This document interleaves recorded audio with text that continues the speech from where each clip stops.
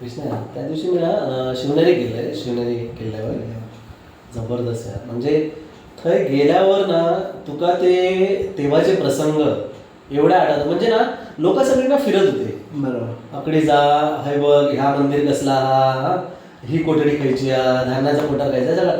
मी ना थंय तलावाच्या किनारे ना थंय बसले आणि बसल्याने ना म्हणजे जवळजवळ ना अर्धा तास मी डोळे बंद करून होते. बरोबर. आणि मी ना असं एकदम अनुभवत होते की कशी तेव्हाची लोक हे चालत असतील हा.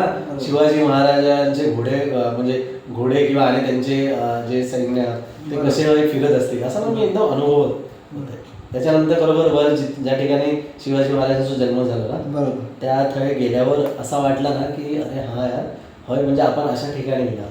म्हणजे तू विचार कर ना तेव्हाच्या जगात जेव्हा लाईट नव्हती, दळणवळणाची बाकी साधनं नव्हती आणि ह्या सगळा जीवन ते पण जगत होते. होय बरोबर.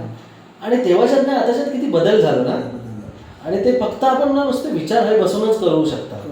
नाही खरं आलं कारण आता ना आता बघितलंच ना असा विषय की बाबा संभाजी महाराज टाइम असं ना जेव्हा संभाजी महाराज पकडले नाही तू तसं संगमेश्वरा म्हणजे मी युट्यूबवर बघले, मी मागे गेले नाही तसं, पण तिचा तो जो प्रसंग आठवला की असं वाटतं की बरोबर आपण ते जाऊन बघायचा असा. आणि तेव्हाच्या ते जगणं बिगणं कशी काय जगले, कशी काय त्यांनी संसार थाटलेले असतात त्याच्या हिशोबात. आणि तेमका जेव्हा पकडले ना तिथे समजा मंदिराची नासधूस केल्याने खरोखरच म्हणजे नाही म्हटलं तरी पण आपला याचा विषय आहे की जी ना तेव्हाचं ह्या तर खरोखर आपल्या कसा माणसा मन भरण्याचा खरोखर माझा.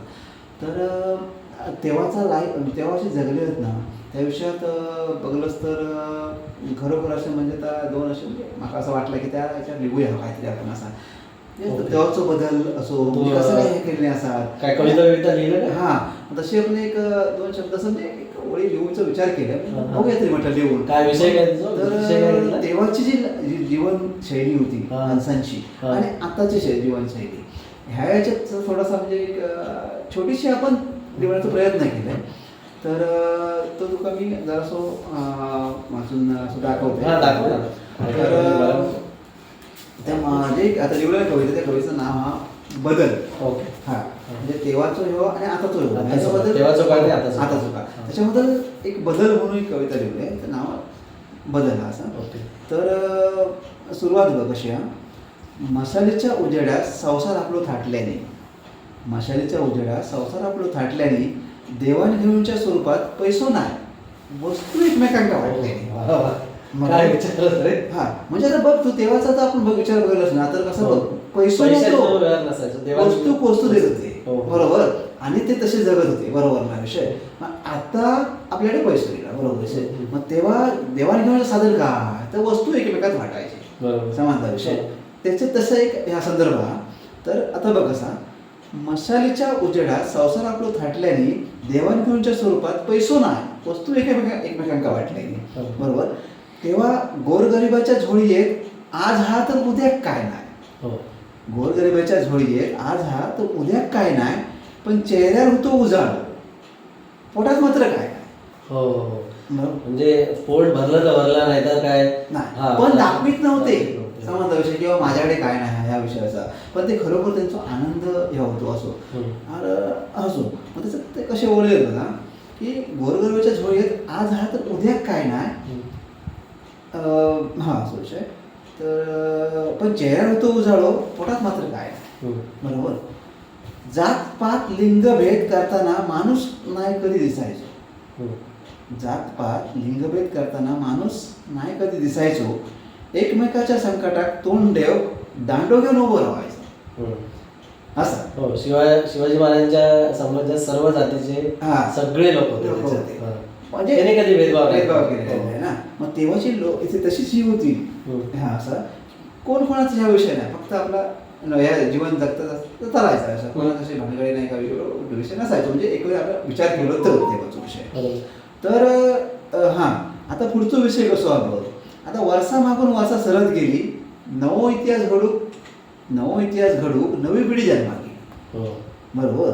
मग तेव्हाचा विषय वर्षा हे निघून गेले इतिहास. आता वर्षा मागून वर्षा सरत गेली नवो इतिहास घडू नवी पिढी जन्मा गेली. कंदील आणि गॅस बत्तीन शांत प्रकाश दिले तेव्हाच्या विषयात. कंदील आणि गॅस बत्तीन शांत प्रकाश दिल्यान अंधाराक भगदाड पाडूचा काम मात्र लायटीन केले. हो हो. म्हणजे असो विषय हा. तर पुढचा बघ. विकसित उपकरणाच्या सानिध्यात माणूस फार हरवान गेलो. विकसित उपकरणाच्या सानिध्यात माणूस फार हरवान गेलो. रेडिओ टीव्ही बघता बघता मोबाईल मात्र कहरच केलो. आता मोबाईल बद्दल बोलायचा येईल तर तू काय बोलतो? म्हणजे बराचसा असा बोलण्याचा विषय हा. मोबाईलने तर सगळ्याच आपल्याकडला काढून ठीक आहे, चांगला पण झाला विषय हा. पण ज्यांनी त्याचं जास्त ह्या केल्याने गैरवापर जास्त केला आरे गेलो. तो त्याने पूर्ण ॲस करून टाकलो. शाळेतली आपली पोराच बघ ना, हा. अभ्यास कमी, मोबाईलच मोबाईल जास्त वापरतो. म्हणून असे एक दोन एक विचार केला असता. असं बघ, विकसित उपकरणाच्या सानिध्यात माणूस फार हरवाने गेलो. रेडिओ टीव्ही बघता बघता मोबाईल मात्र कहरच केलो. बरोबर. आता देव जाणे माणसाच्या आयुष्यात किती बदल होतो. तर देव जाणे माणसाच्या आयुष्यात किती बदल होतो. नव्या काहीतरी घडात ह्याच्या आशेवर जगतलो. बरोबर ना विषय.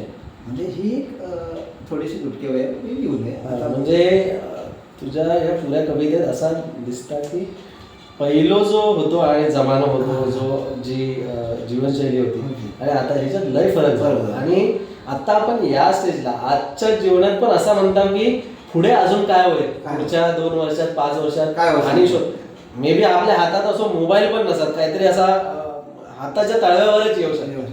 म्हणजे एवढी पण टेक्नॉलॉजी पुढे जायची. जो बदल मात्र आपल्या आयुष्यात घडतच राहतो आणि मस्तपैकी लिहिलं होतं. बरोबर. म्हणजे ह्या आपला मी 2 शब्द ह्या करता म्हणजे बघूया म्हटलं लिहूया म्हणजे एकदम चांगलं. बरं आहे ना.